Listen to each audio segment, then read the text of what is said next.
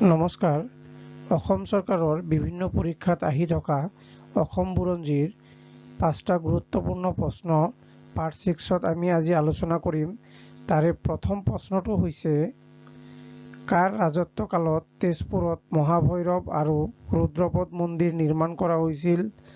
উত্তৰটো হ'ল বানাসুৰৰ ৰাজত্ব কালত। দ্বিতীয় প্ৰশ্নটো হৈছে,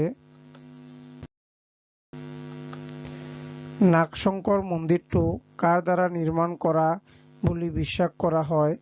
উত্তৰটো হৈছে নৰশংকৰৰ। ৩ নম্বৰ প্ৰশ্নটো হৈছে,